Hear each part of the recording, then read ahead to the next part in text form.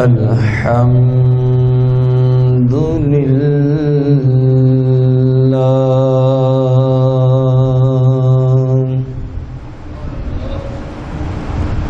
الحمد لله رب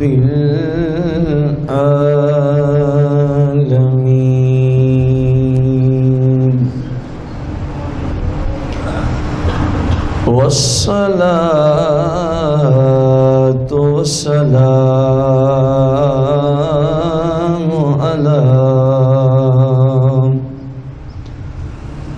على سيد الأنبياء والمرسلين وعلى آله وأصحابه وأزواجه وعلماء ملته أجمعين أما بعد فأعوذ بالله من الشيطان الرجيم بسم الله الرحمن الرحيم قال الله تبارك وتعالى في القرآن المجيد والفرقان الحميد ألهاكم التكاثر حتى زرتم المقابر آمنت بالله صدق الله العظيم إن الله وملائكته يصلون على النبي يا أيها الذين آمنوا صلوا عليه وسلموا تسليما درود و سلام الصلاة والسلام عليك يا سيدي يا رسول الله الصلاة والسلام عليك يا سيدي يا حبيب الله الصلاة والسلام عليك يا سيدي يا شفيع المذنبين الصلاة والسلام عليك يا سيدي يا رحمة للعالمين الصلاة والسلام عليك يا سيدي يا جد الحسن والحسين مولاي صل وسلم دائما أبدا على حبيبك خير خلق كلهم.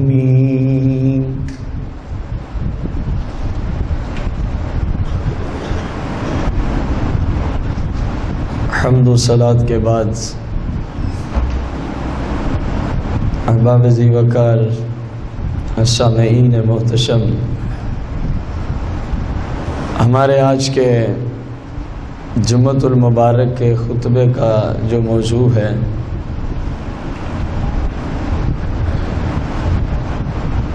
تجھے مال کی طلبی نے ہلاک کر دیا. تجھے مال کی طلبی نے ہلاک کر دیا از قرآن.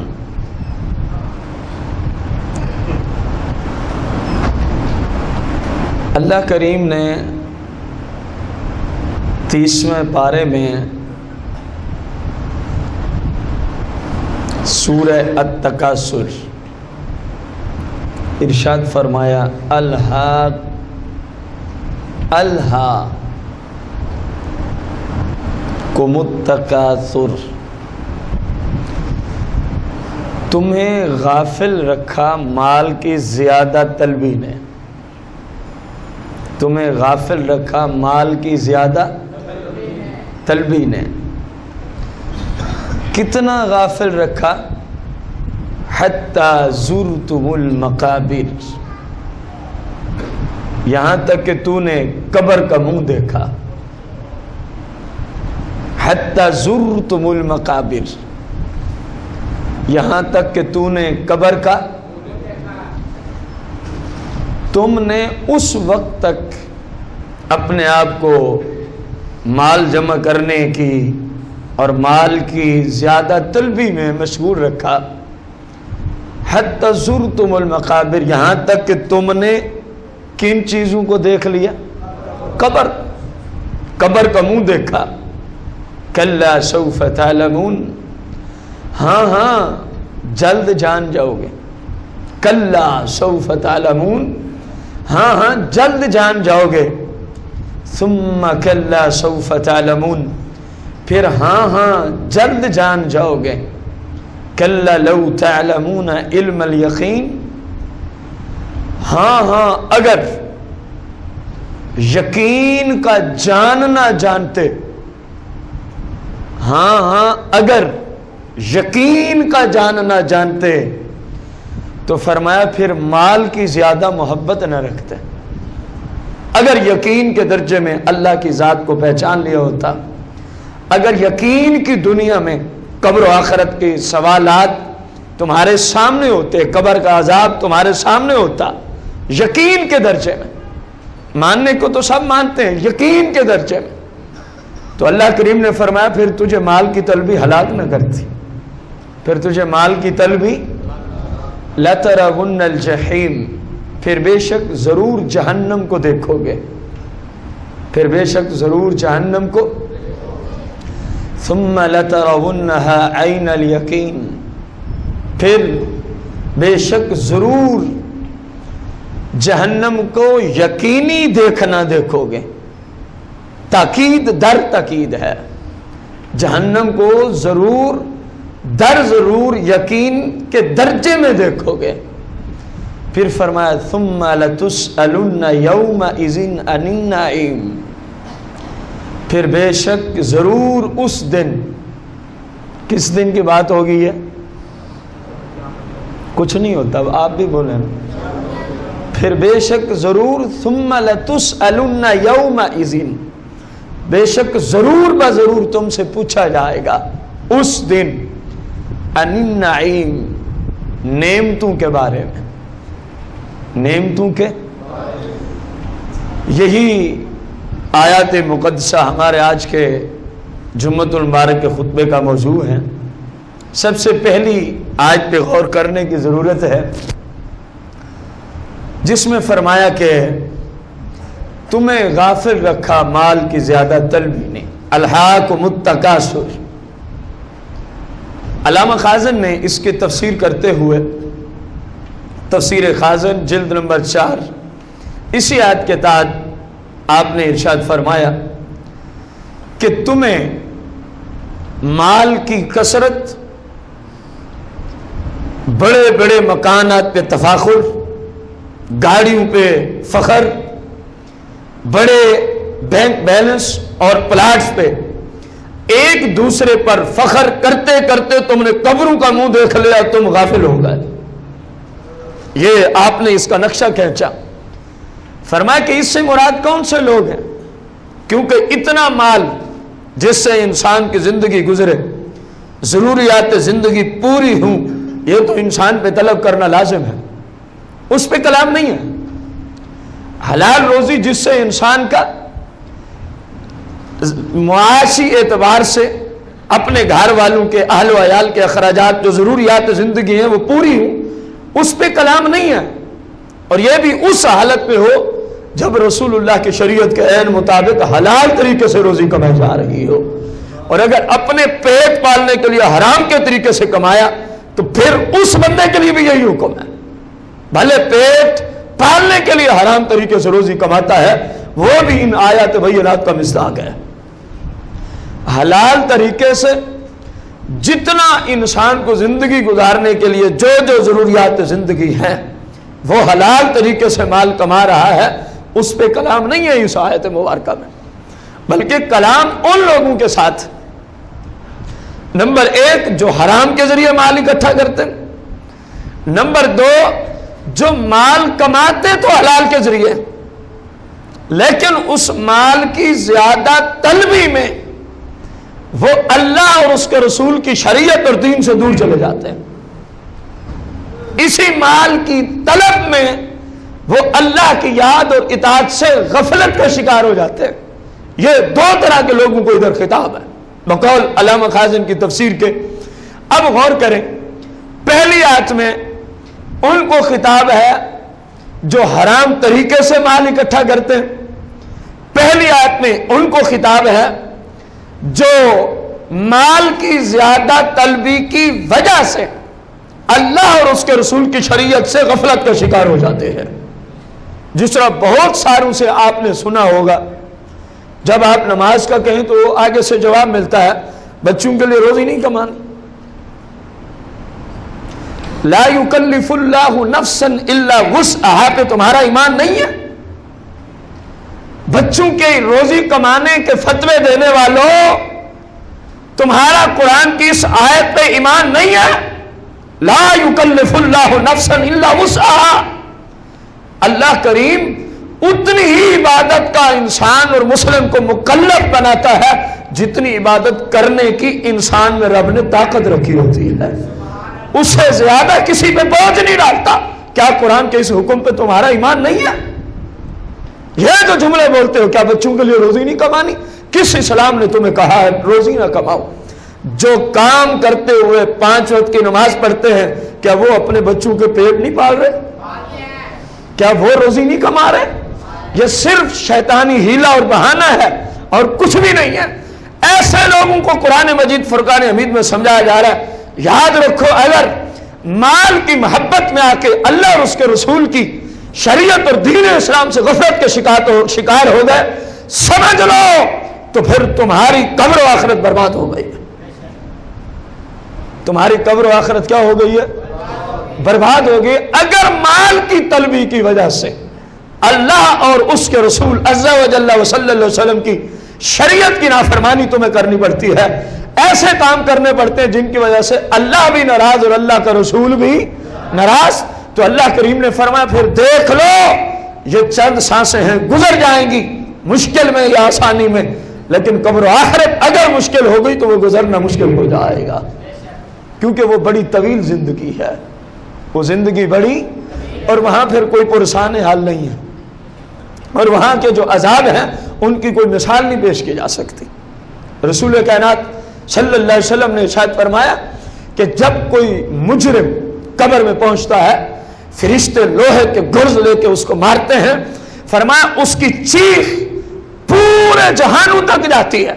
یہ اور بات ہے کہ اللہ کریم انسان اور جن کو سننے نہیں دیتا، غور سے سننا حدیث کا اگلا جملہ، فرمایا پورے ورلڈ تک اس مجرم کو جب اس کی قبر میں لوہا کے گرز مارتے ہیں فرشتے، اس کی چیخ کی آواز پورے ورلڈ تک پہنچتی ہے، لیکن اللہ کریمی انسان اور جن کو سننے، فرمایا اگر سننے دے، فرمایا انسان اور جن ہلاک ہو جائے۔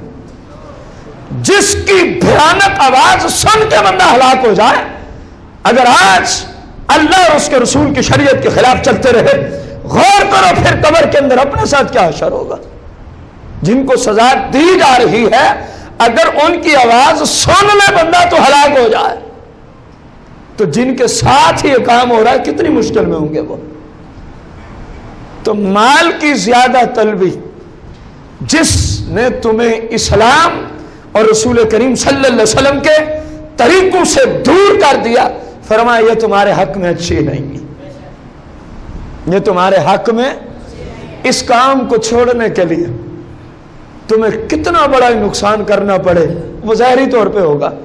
یہ حقیقت ہے کہ اگر کسی انسان کے ساتھ ایسا معاملہ ہے اور وہ اب دیکھتا ہے اگر میں نے اس طریقے سے روزی کمانا چھوڑ دی تو ہم تو اتنا کماتے ہیں، پھر تو اتنا رہ جائیں گے، یہ جو درمیان میں کمی آئے گی اس کی وجہ سے یہ مسئلہ بنے گا، یہ مسئلہ، یقین جان لو کائنات کا سب سے بڑا نقصان بھی اس کام کے چھوڑنے کے لیے کرنا پڑے نا ظاہری طور پہ، تو سودا پھر بھی بندے کے حق میں نفع مند ہے اس طریقہ روزی کو چھوڑ دیا جائے جس کی وجہ سے اللہ اور اس کا رسول بندے سے ناراض ہوتے ہیں، ورنہ یاد رہے یہ زندگی تو مختصر ختم ہو جائے گی، لیکن اس کی وجہ سے جو قرآن مجید فرقان حمید میں عذاب کا ذکر آ رہا ہے اس کو برداشت کرنا یہ کم از کم انسان کے بس کی بات نہیں ہے، کم از کم انسان کے بس کی بات ہی نہیں ہے۔ کیوں؟ علامہ نے مزید لکھا کہ جب تو دنیا کے مال کی زیادہ طلبی میں جاتا ہے تو فطرت ہے، اچھے اچھے نمازی ہم نے دیکھے، آپ نے بھی دیکھے ہوں گے، جو امیر ہونے سے پہلے بالکل 5 وقت کے باجماعت نمازی ہوتے تھے، امیر ہونے سے پہلے اپنے ہمسایوں سے، پڑوسیوں سے، رشتہ داروں سے اور خصوصاً غرباء مسلمانوں سے بڑی محبت سے ملا کرتے تھے، لیکن جب مال کی زیادہ طلبی ان کے دل میں گئی تو اب بجائے ایمان اور نورانیت کے اب نظام الٹ ہو گیا، اب ان کے پاس نہ تو نماز کے لیے وقت ہوتا ہے، پڑھ بھی لیں تو کیا ہوا گھر پڑھ لی، کیا ہوا اگر بہت بڑا انہوں نے پہاڑ اٹھا لیا سر پہ، اور پھر ساتھ یہ بھی کہتے ہیں پڑھ تو رہے ہیں۔ بھائی اللہ کریم نے مرد پہ مسجد کے اندر باجماعت نماز پڑھنے کا حکم دیا ہے، رسول اللہ نے اس بات پہ پابند فرمایا ہے، سرکار مدینہ صلی اللہ علیہ وسلم اس حالت میں بھی باجماعت نماز کے لیے مسجد میں تشریف لائے، حالانکہ آپ شارع علیہ السلام تھے۔ اگر آپ حکم دیتے صحابہ کو کہ میں کیونکہ بیمار ہوں تم سب کے سب جہاں پر میں گھر میں سویا ہوا ہوں، جس چارپائی پہ میں لیٹا ہوا ہوں، تشریف فرما ہوں، تم سارے ادھر آ جاؤ میں یہی امامت کرا دوں گا، تو آپ شارع علیہ السلام تھے، یہ بالکل آپ کے حق میں درست تھا، لیکن سرکار نے یہ حکم نہ دیا۔ 2 صحابہ کو بلاتے ہیں، ایک کے کاندھے پر سرکار مدینہ علیہ السلام اپنا یہ بازو رکھتے ہیں اور دوسرے صحابی کے کاندھے پہ یہ بازو رکھتے ہیں، اور سرکار علیہ السلام اس حالت میں دونوں صحابہ کا آسرا لیے ہوئے مسجد نبوی کی طرف باجماعت نماز کے لیے تشریف لے کے جا رہے ہیں۔ راوی حدیث کہتا ہے سرکار علیہ السلام کے پاؤں مبارک زمین سے اٹھتے نہیں تھے بلکہ یوں زمین کے ساتھ گھسیٹتے ہوئے آ رہے تھے۔ آج تو اپنے آپ پر احسان کرتا ہے، پڑھ تو لیتا ہوں، رسول اللہ نے مجھے اور تجھے سمجھانے کے لیے یہ صورتحال بنا کے دکھائی ہے کہ اس حالت میں بھی، حالانکہ آپ شارع علیہ السلام تھے، میں نے پہلے عرض کیا اگر آپ حکم دیتے صحابہ آج ادھر آ جائے جماعت یہاں ہوگی، خدا کی قسم ہے آپ کا حکم ہو جاتا، میرا تو یہ ایمان ہے مسجد نبی سے بھی زیادہ ثواب ان کو وہاں مل جاتا، کیونکہ مسجد نبی کو بھی شرف ہے تو رسول اللہ کی وجہ سے ہے نا۔ جس جگہ کو بھی شرف ملا ہے، جس کمال کو بھی کمال ملا ہے، جس وصف کو بھی اوصاف ملے ہیں، جس چیز کو بھی شان ملی ہے، خدا کی قسم ہے کوئی چیز اس وقت تک شان والی نہیں ہو سکتی، کوئی مقام اس وقت تک متبارک نہیں ہو سکتا جب تک میرے مصطفیٰ کریم سے یا مصطفیٰ کریم کے نسبت رکھنے والوں سے اس کی نسبت نہ ہو جائے۔ نعرہ تکبیر، نعرہ رسالت، نعرہ رسالت۔ غور کریں، پاؤں مبارک اٹھتے نہیں ہیں بلکہ یوں زمین کے ساتھ اس طرح، 2 صحابہ کا یوں آسرا لیا ہوا ہے۔ یہ ظاہری حالت سرکار علیہ السلام کی صحت مبارک کی تھی، مسجد نبوی میں جا کے باجماعت نماز ادا کرنا۔ آج الہاکم التکاثر، مال کی زیادہ طلبی نے تمہیں ہلاک کر کے رکھ دیا، مال کی زیادہ طلبی نے تمہیں، اب ذرا غور کریں گے تو بہت سارے لوگ آپ کو ایسے نظر آئیں گے جو مال کمانے کی وجہ سے اللہ اور اس کے رسول کی شریعت سے دور چلے گئے ہیں۔ بہت ساری تعداد مسلمانوں کی نظر آئے گی، مال کمانے کی وجہ سے جماعت ضائع ہوگی، ان کو پرواہ نہیں، مال کمانے کی وجہ سے نماز ضائع ہوگی، ان کو پرواہ نہیں۔ اب پوچھو اس بندے سے، یہ قرآن اگر تیرے لیے نہیں ہے تو اور کس مسلم کے حق میں آیا ہے؟ الہاکم التکاثر حتی زرتم المقابر، تجھے مال کی زیادہ طلبی نے اللہ کی یاد سے غفلت میں ڈال دیا، حتی زرتم المقابر، یہاں تک کہ تو نے قبر کا منہ آ کے دیکھا، پھر تیری آنکھیں کھلی، ہائے افسوس۔ لیکن اب وقت گزر گیا۔ رسول اللہ کی حدیث مبارکہ ہے، ایک شخص جنت میں عرض کرے گا، مالک مجھے فقط اتنی مہلت دے دے دنیا میں واپس بھیج کے کہ میں فقط ایک بار وہاں کہہ سکوں سبحان اللہ۔ جنت میں پہنچا ہوا، سرکار نے فرمایا اللہ کے ذکر کرنے کے لیے وہاں بھی خواہش کرے گا، کاش کہ مجھے اتنی دیر کے لیے دنیا میں بھیجا جائے کہ میں ایک دفعہ کہہ سکوں چلو جہاں ہوں اس سے درجہ مزید اوپر چلا جائے، جہاں پر ہوں۔ سرکار نے فرمایا، اللہ فرمائے گا وقت گزر گیا، اب اتنی مہلت بھی نہیں ملے گی، حالانکہ جنت میں بیٹھا ہے، پھر بھی حسرت ہے، کاش میں نے جو سانسیں برباد کی تھی، کاش ان کے اندر میں نے اللہ کا ذکر کیا ہوتا، کاش میں نے ان کے اندر اللہ کا ایک دفعہ سبحان اللہ کہنے کے لیے اجازت مانگے گا، جنتی فرد دنیا میں واپس آنے کے لیے، اللہ فرمائے گا وقت گزر گیا۔ آج غور کرو میرے بھائیوں بزرگوں، ہم کس طرز عمل پہ زندگی بسر کر رہے ہیں اور اسلام ہمیں کس طرح زندگی گزارنے کا حکم دیتا ہے۔ یہ مسلمانوں کا ہی نصاب ہے نا قرآن پاک، بولنے تو صحیح ہے، ہم الحمدللہ مسلمان ہیں۔ تو اب اس آیت کو سننے کے بعد میں بھی اپنے آپ پہ غور کرتا ہوں، کیونکہ میں بھی تو ایک انسان ہی ہوں، انسان سے ہی غلطیاں ہوتی ہیں سوائے انبیاء علیہم السلام کے، باقی کوئی بھی ہے اس سے ممکن ہے غلطی کا ہو جانا۔ یہ اور باتیں بہت ساری ہستیاں ایسی ہیں ممکن ضرور ہے لیکن ان سے غلطی ہوتی نہیں، ان سے غلطی خطا ہوتی اہل بیت اطہار صحابہ کرام، لیکن میرے اور آپ جیسوں کی تو کوئی ایسی بات ہی نہیں ہے۔ ہم تو کمزور لوگ ہیں، اضعف لوگ ہیں، اپنی زندگیوں پہ سیرت پہ غور کریں، کہیں کوئی ایسا غلط کام تو نہیں ہو گیا مال کی زیادہ طلبی کی وجہ سے ہم اللہ اور اس کے رسول کی شریعت سے تھوڑے سے۔ رمضان المبارک کی مثال آپ کو پیش کروں تاکہ مسئلہ سمجھ بھی آئے۔ کتنے ایسے مسلم دکاندار ہوتے ہیں خصوصاً عید کے آنے سے کوئی 10، 8، 5، 6 دن پہلے، جو پہلے نمازی بھی ہوتے ہیں، باجماعت بھی نظر آتے ہیں، تلاوت بھی کرتے ہوئے نظر آتے ہیں۔ اب ان کا حال دیکھا کرو، ساری رات دکان پہ کھڑے رہیں گے، اگر نقصان کریں گے تو نماز کا کریں گے، اگر نقصان کریں گے تو جماعت کا کریں گے۔ مال کمانے کے لیے پہلے 12 گھنٹے ڈیوٹی تھی، اب 24 گھنٹے شروع ہوگی، اس کو کچھ نہیں ہوتا، اس کو کچھ نہیں ہوتا۔ وہ پہلے صبح سے شام تک دکان کھولتا ہے، اب وہ صبح سے شام، شام سے مزید صبح تک دکان جا رہی ہے، گاہک جو آ رہے ہیں، اچھی بات ہے گاہک تیرے پاس آئیں، لیکن خدا کا نام لے، نماز باجماعت پڑھا کر۔ مال کی طلب کی وجہ سے تو اپنی نیند برباد کر دیتا ہے، اور جو تو پہلے اللہ کی عبادت کرتا ہے وہ مال کی وجہ سے ضائع ہوئی کہ نہ ہوئی۔ اور ادھر انہی لوگوں کو سمجھایا جا رہا ہے کہ نہیں سمجھایا جا رہا؟ الہاکم التکاثر حتی زرتم المقابر، تمہیں مال کی زیادہ طلبی نے اللہ کی یاد سے غافل کر دیا، اللہ کی یاد سے، حتی زرتم المقابر، یہاں تک کہ جب تمہیں قبروں کی طرف پہنچایا گیا تم نے کہا ہے افسوس، لیکن اب وقت ختم ہو گیا۔ اپنی اپنی سیرت میں بھی غور کرتا ہوں، آپ بھی کریں۔ اگر کوئی ایسا قدم اٹھا بیٹھے ہیں تو اس کو ختم کر دیا جائے، بس اتنی بات ہے۔ اور زیادہ سے زیادہ دنیا والے باتیں کریں گے، زیادہ سے زیادہ رشتہ دار باتیں کریں گے، دنیا والے ناراض ہو جائیں گے، لیکن جب اللہ کی رضا کے لیے یہ کریں گے اللہ اور اس کا رسول تو راضی ہو جائیں گے نا۔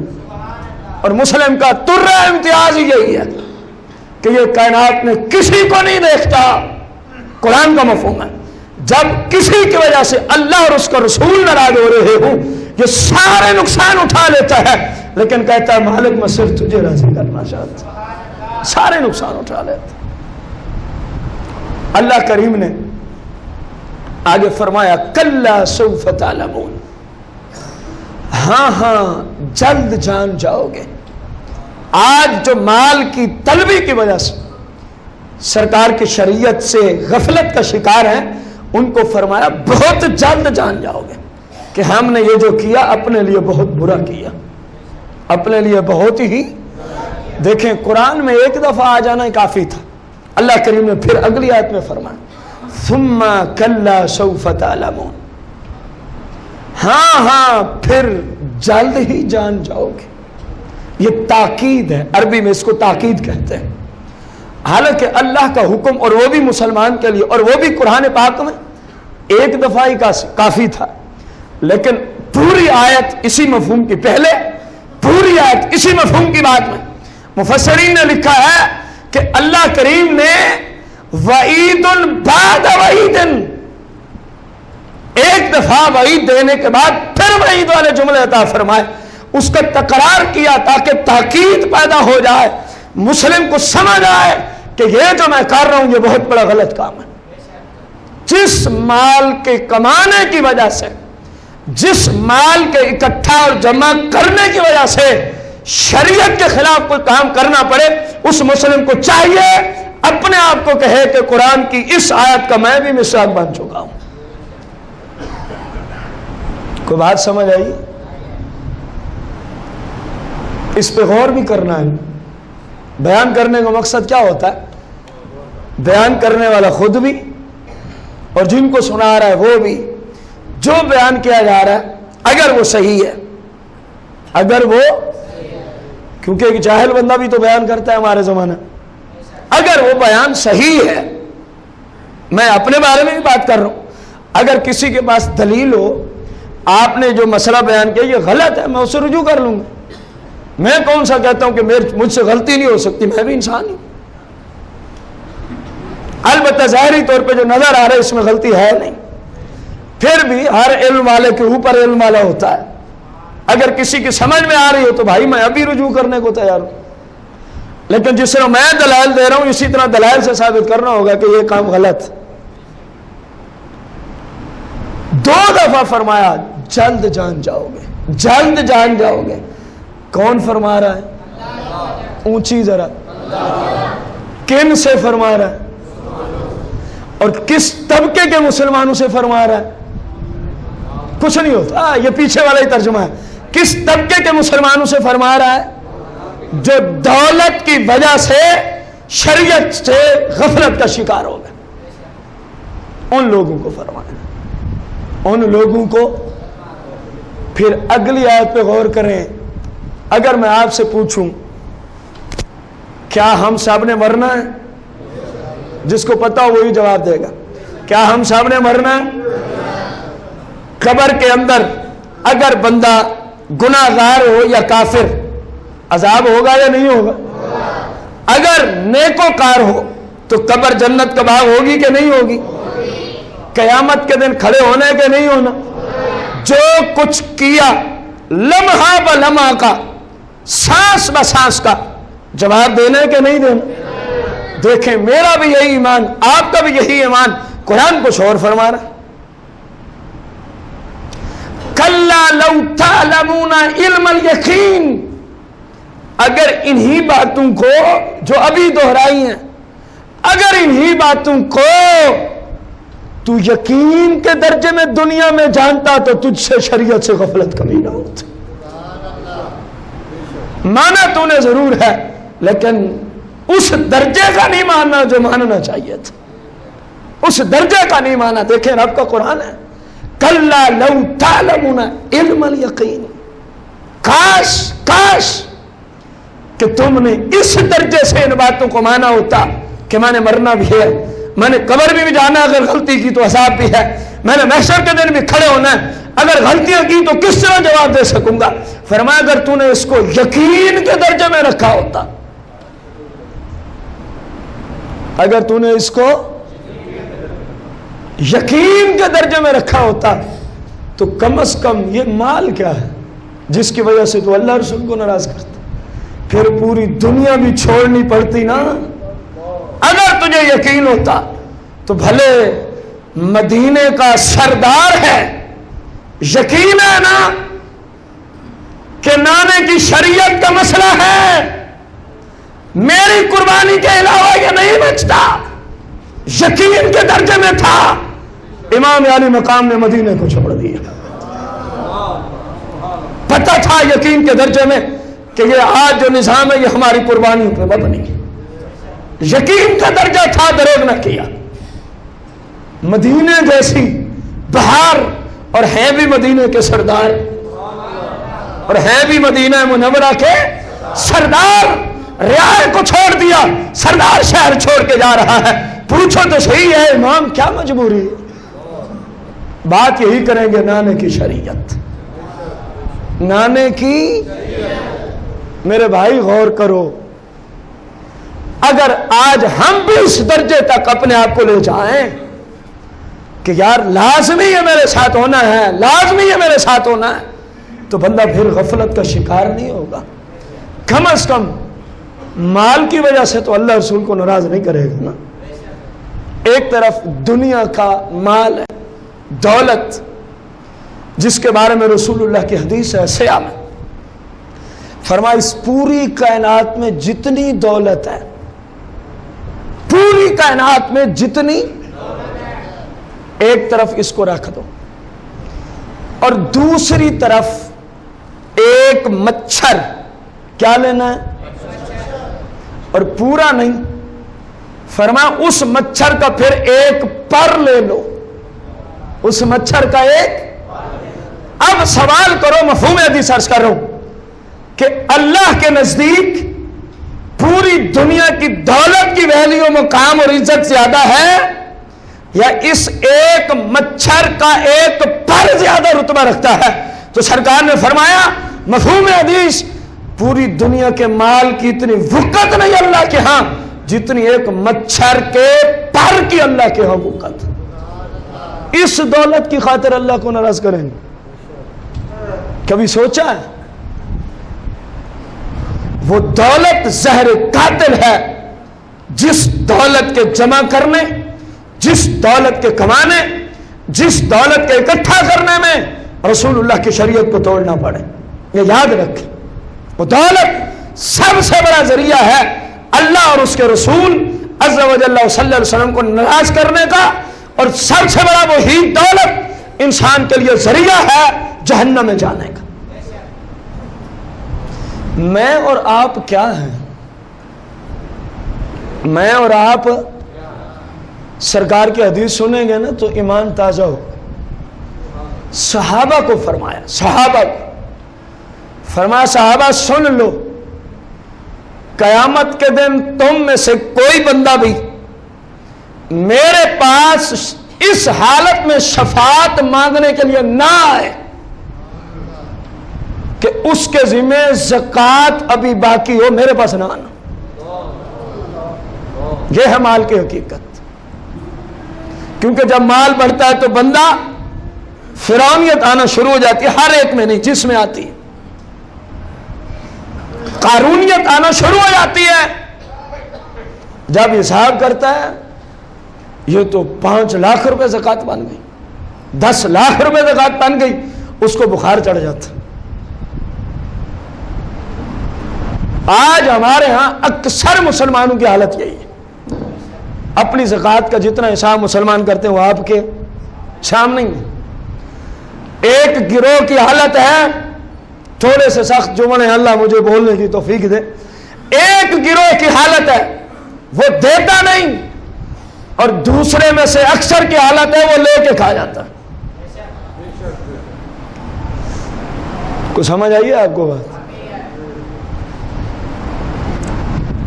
اب سرکار کا حکم فرمایا میرے پاس اس حال میں شفاعت کے لیے آنا کہ ادھر جب دیکھا جائے تو زکوٰۃ تم نے ادا نہ کی ہو. یہ تو فقط ایک مال کے ایک اللہ کی طرف سے جو حصہ مقرر ہے اس کی بات کی ہے, ایک حق کی بات کی ہے. اور مالدار بندے پہ تو نہ جانے کتنے مال کی وجہ سے اسلام حقوق عائد کر دیتا ہے. اور ہم کیا کرتے ہیں, کبھی 10 دے دیے, کبھی 20, کبھی 100, کبھی 50, فلاں گھر میں یہ دے دیا, فلاں میں بس زکوٰۃ ادا ہو گئی. اس طرح نہیں ادا ہوتی, پورا حساب. اور جتنی بنے. پھر سب سے مشکل کام یہ ہے کہ جہاں لگتی ہے وہاں تک پہنچانا, وہاں تک پہنچانا. فرمایا اگر یقین کے درجے میں یہ ساری باتیں تم جان لو نا تو پھر مال کی زیادہ طلبی تمہیں اللہ اور اس کے رسول کی یاد سے غفلت نہیں کر سکتی. شرط یہ ہے کہ درجہ یقین کا لے آؤ, درجہ یقین کا, کہ بس یہی کچھ ہونا. ہم کیا کہتے ہیں, کہیں اگر علماء ہمیں سمجھا بھی دیں اور یار ان کا تو کام ہی یہی ہے, یہ ہمارے جملے ہوتے ہیں, ان کا کام ہی یہی ہے. بھائی اللہ کا کرم ہے, جو علماء ہیں ان کا کام واقعی یہی ہے کہ وہ لوگوں کو نیکی کا حکم دیتے ہیں, برائی سے روکتے. عالم کی شان ہی یہی ہے الحمدللہ. اور ہماری بدبختی کہ ہم باہر جا کے الٹا اعتراض کرے, ان کا تو کام ہی یہی ہے, کبھی داڑھی کا کہہ دیا, کبھی نماز کا کہہ دیا, کبھی روزے کا کہہ دیا, کبھی زکوٰۃ کا کہہ دیا, کبھی حرام اور حلال سمجھا دیا. بھائی الحمدللہ علماء کی شان ہی یہی ہوتی. علماء کو کسے کہانیاں تو نہیں سناتا, من گھڑت جھوٹی بناوٹیں اور غلط قسم کی روایات تو نہیں علماء پیش کرتے. اللہ نے علماء کو شان ہی یہی دی ہے کہ وہ اللہ اور اس کے رسول کا حکم آگے پہنچاتے ہیں, اور جو وہ پہنچاتے ہیں وہ اللہ کا حکم, اللہ کے رسول کا, اس میں یہی کچھ ہوتا ہے, یا نیکی کا حکم ہوتا ہے یا برائی سے روکا جاتا ہے. سرکار نے خود ساری زندگی یہی کام کیا, نیکیوں کی طرف بلاتے رہے, برائیوں سے روکتے رہے. بتایا جائے رسول اللہ کی زندگی کا کون سا حصہ اس کام سے خالی ہے؟ گھر ہے, بار ہے, سفر ہے, حضر ہے, شادی ہے, غمی ہے, خوشی ہے, کسی بھی حالت میں ہے, ہمیشہ دین اسلام کی تبلیغ ہے کہ نہیں ہے؟ اور تبلیغ کیا ہے؟ اچھائی کی طرف بلانا اور برائی سے روکنا. اچھائی کی طرف بلانا اور برائی سے. تو قرآن مجید ہمیں یہی تو سمجھا رہا ہے کہ ان برائیوں کو چھوڑو. جس مال کی وجہ سے اللہ اور اس کا رسول ناراض ہو جائیں اس مال کو چھوڑ دو, اس مال کے کمانے کے ذرائع اور طریقوں کو بھی چھوڑ دو, ورنہ پھر یہ تو ہے لَتَرَوُنَّ الْجَحِيمَ. اگر تم نے اس طرح نہ کیا تو پھر ضرور بضرور جہنم کو دیکھنا ہوگا. لَتَرَوُنَّ الْجَحِيمَ ثُمَّ لَتَرَوُنَّهَا عَيْنَ الْيَقِينِ. پھر ہر حال میں یقین کے درجے میں تم جہنم کو دیکھ لو گے. اب 2 بار فرمایا ہے اللہ کریم نے, کہنے کے لیے جو مال کی وجہ سے اللہ اور اس کے رسول کو ناراض کرتے ہیں, جو مال اکٹھا کرنے کی غرض سے شریعت کے خلاف کام کرتے ہیں, فرمایا تم ضرور جہنم کو دیکھو گے. پھر فرمایا یقین کے درجے میں دیکھو گے, یقین کے درجے میں دیکھو گے.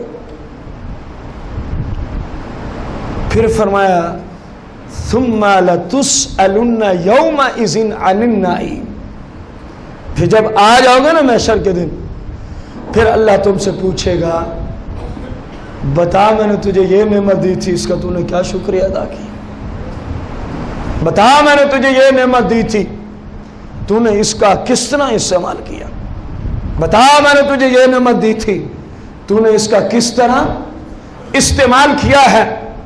اب اس کی چند صورتیں ہیں کہ نعمتوں کے بارے میں سوال کیسے ہوگا.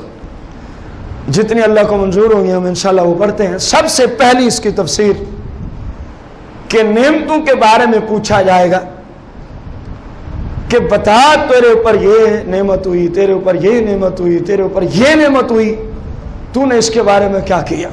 پہلی تفسیر حضرت سیدنا عبداللہ بن مسعود رضی اللہ تعالیٰ عنہ سے. اس آیت کریمہ میں ثم لتسألن یومئذ عن النعیم, پھر تم سے ضرور بضرور قیامت کے دن پوچھا جائے گا کن چیزوں کے بارے میں؟ نعمتوں کے بارے میں۔ آپ سے سوال پہلے کر لوں پھر میں یہ بھی عرض کرتا ہوں، یہ جس زبان سے میں بول رہا ہوں آپ بول رہے ہیں، اللہ کی نعمت ہے کہ نہیں؟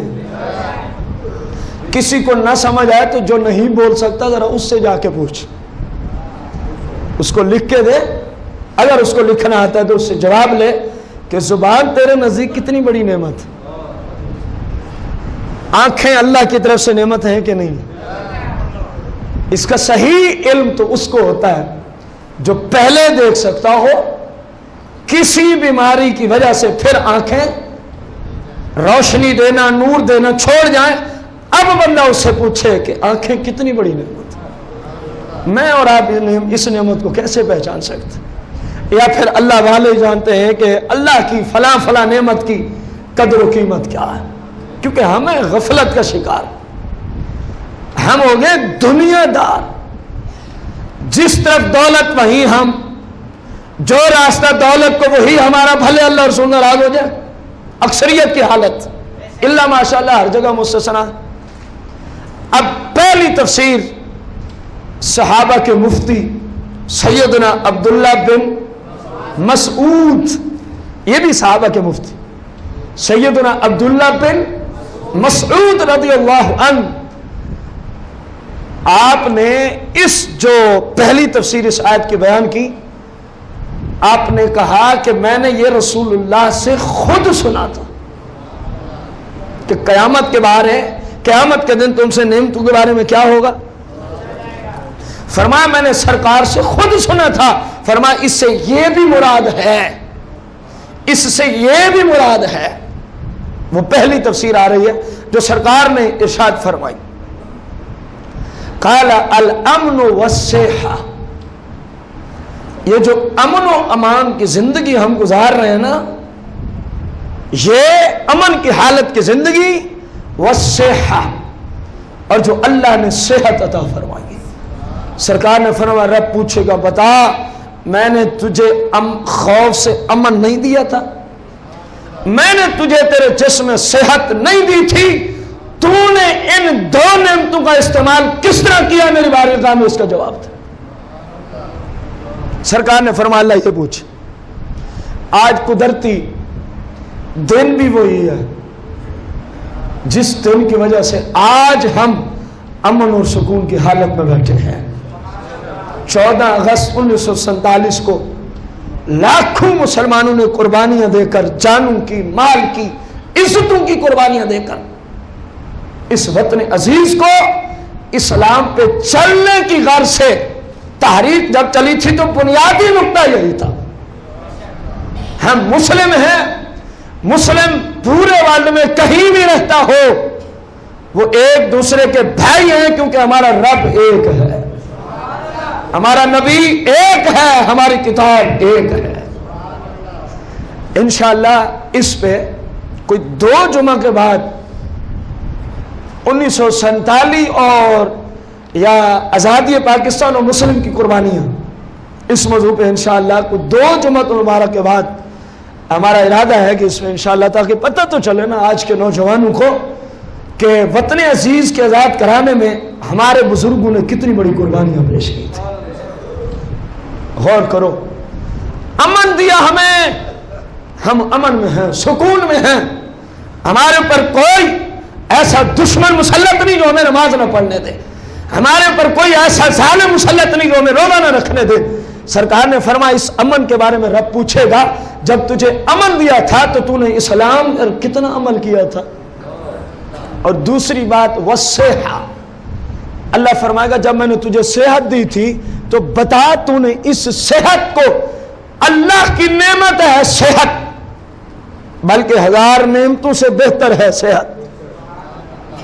بندہ کیا کرے جب خود ہی بندہ کسی کام کا نہ ہو، بیمار ہو جائے، ہزاروں نعمتیں سامنے ہوں لیکن اس کے لیے وہ نعمت کا درجہ ہی، اس لیے تندرستی اور صحت 1000 نعمتوں سے بہتر ہے۔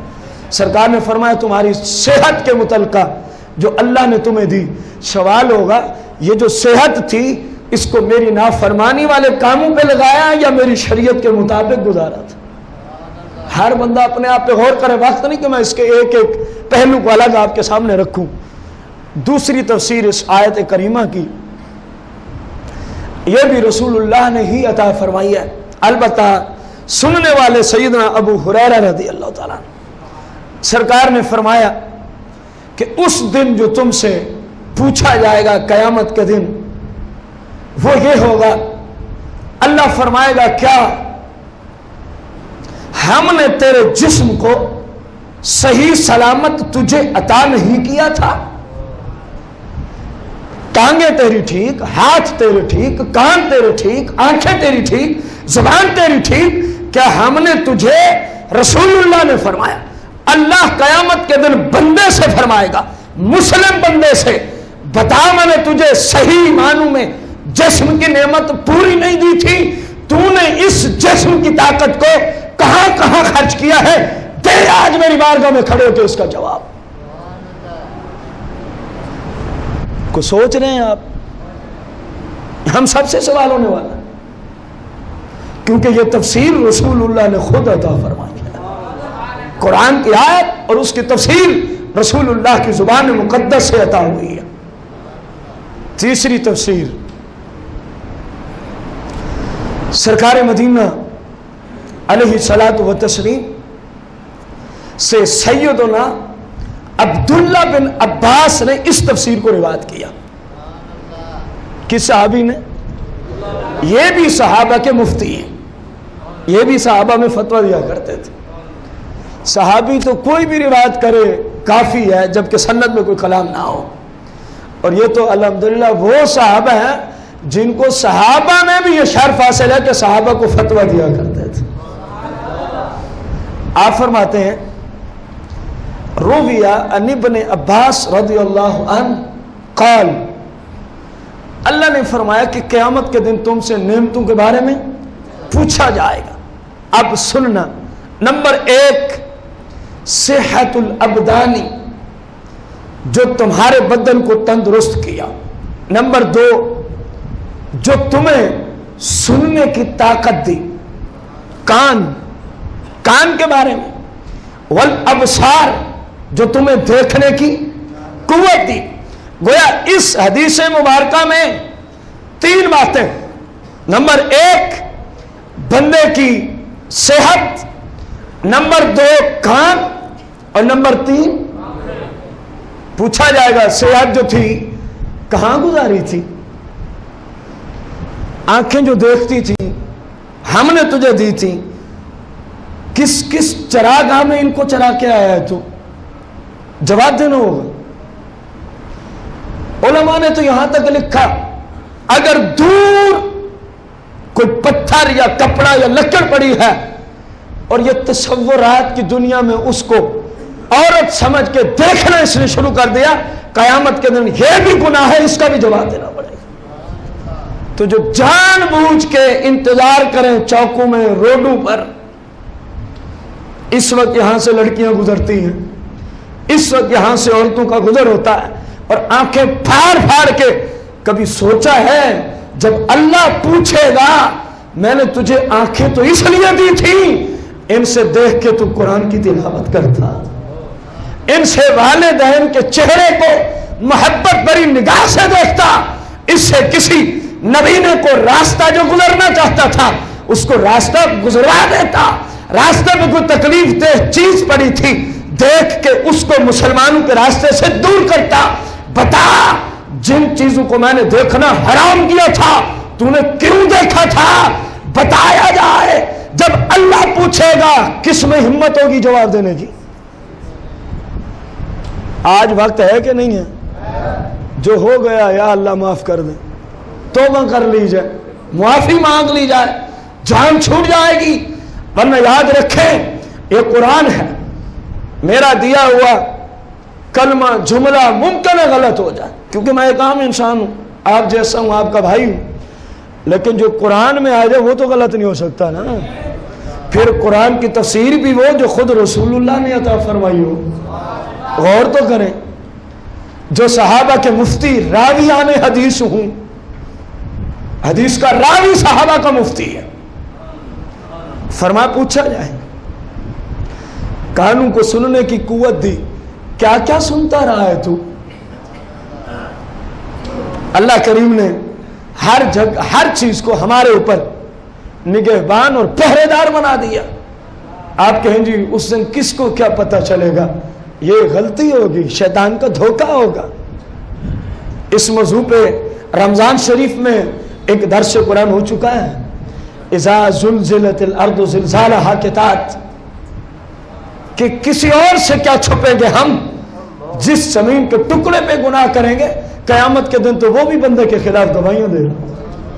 مفصل پورا ایک درس قرآن آپ سن چکے اس موضوع پر. غور کرو میرے بھائیوں بزرگوں، رسول کائنات فخر موجودات علیہ الصلوۃ والتسلیم سے یہ عبداللہ بن عباس نے جو اس آیت کی تفسیر کے سرکار نے ہمیں یوں فرمایا تھا کہ تمہاری کانوں، آنکھوں اور تمہاری صحت کے بارے میں اللہ پوچھے گا یہ میری نعمتیں تھیں، ان کا استعمال تم نے کیسے کیا تھا.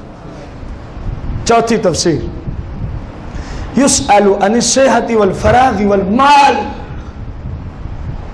بندے سے پوچھا جائے گا تجھے جو صحت دی تھی. دیکھیں چوتھی تفسیر آ رہی ہے اسی آیت کی، 3 کے اندر صحت کا ذکر آیا. یعنی صحت اتنی بڑی نعمت ہے، نعمت تو ہر نعمت نعمت ہی ہوتی ہے. چوتھی تفسیر ہے اور 3 کے اندر صحت کے بارے میں سوال کا ذکر آ گیا. چوتھی میں سب سے پہلے یسأل عن الصحۃ والفراغ والمال، ان سے پوچھا جائے گا یہ جو مال تھا کہاں سے کمایا تھا، کیسے کمایا تھا اور کہاں لگایا تھا، بتا ذرا. آج کسی کی چیز چرا لینا بڑا آسان ہے، کسی کا حق مارنا بڑا آسان ہے، آج حرام طریقے سے روزی اکٹھا کرنا بڑا آسان ہے. لیکن جب اولین و آخرین کے سامنے کھڑا ہوگا، اللہ کا دربار ہوگا، سورج 1.25 میل یعنی بالکل قریب ہو کے آگ برسا رہا ہوگا، زمین پہ دہکتے ہوئے اور ایسے پسینے میں مجرم ڈبکیاں کھا رہے ہوں گے کہ دنیا میں اگر ایک قطرہ کسی کو لگ جائے اس کا گوشت جل جائے، اللہ پھر دے پھر جل جائے، پھر دے پھر جل جائے، 70 دفعہ گوشت ملے تو پسینے کا ایک قطرہ اس کو ہلاک کرنے کے لیے کافی. ایسے پسینے کی حالت میں جب بندہ کھڑا ہوگا اور اللہ کی بارگاہ قدسیہ میں جب سوال ہوگا بتا مال کہاں سے کیسے کمایا اور اس مال کو کہاں کہاں خرچ کیا، بتایا جائے. اگر غلط طریقے سے کمایا، اگر مال حرام اور ناجائز طریقے سے اکٹھا کیا اور مال غلط کاموں پہ گناہوں کے کاموں پہ خرچ کیا، کبھی اپنی بیوی کی خوشی کی خاطر، کبھی بچوں کی خوشی کی خاطر، کبھی رشتہ داروں کی خوشی کی خاطر، اگر اللہ کے دیے ہوئے مال کو اللہ کی نافرمانی والے کام پہ لگایا، ذرا غور کرو جب اللہ پوچھے گا بندہ کیا جواب دے سکے. بندے کے پاس میں تبلیغ کرنا اتنا ہی ہوتا ہے جتنا میں آپ کو کر رہا ہوں، کیونکہ میں فرشتہ تو ہوں نہیں کہ آپ کے دلوں کو پکڑ کے الٹا دوں. ایک عام انسان کے پاس میں اتنا ہی ہوتا ہے. غور کرو کتنی دیر زندہ رہیں گے، کوئی ہے گارنٹی کسی کے پاس؟ آپ میں سے کوئی ایک ایسا بندہ کھڑا ہو جائے جو کہے میرے پاس گارنٹی ہے کہ میں عصر کی نماز تک نہیں مروں گا. یار وہ تو بہت دور ہے. کوئی کہے میرے پاس گارنٹی ہے میں جمعہ پڑھنے سے پہلے نہیں مر سکتا. ہمارے اندر یہ طاقت ہے کیونکہ پتہ ہی نہیں ہے کس وقت جناب عزرائیل علیہ السلام آ جائے.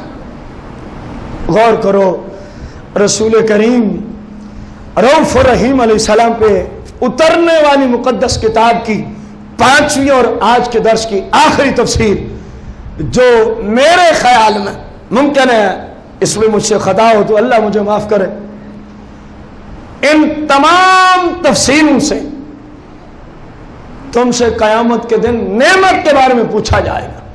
جو اہم ترین تفسیر ہے وہ کیا ہے؟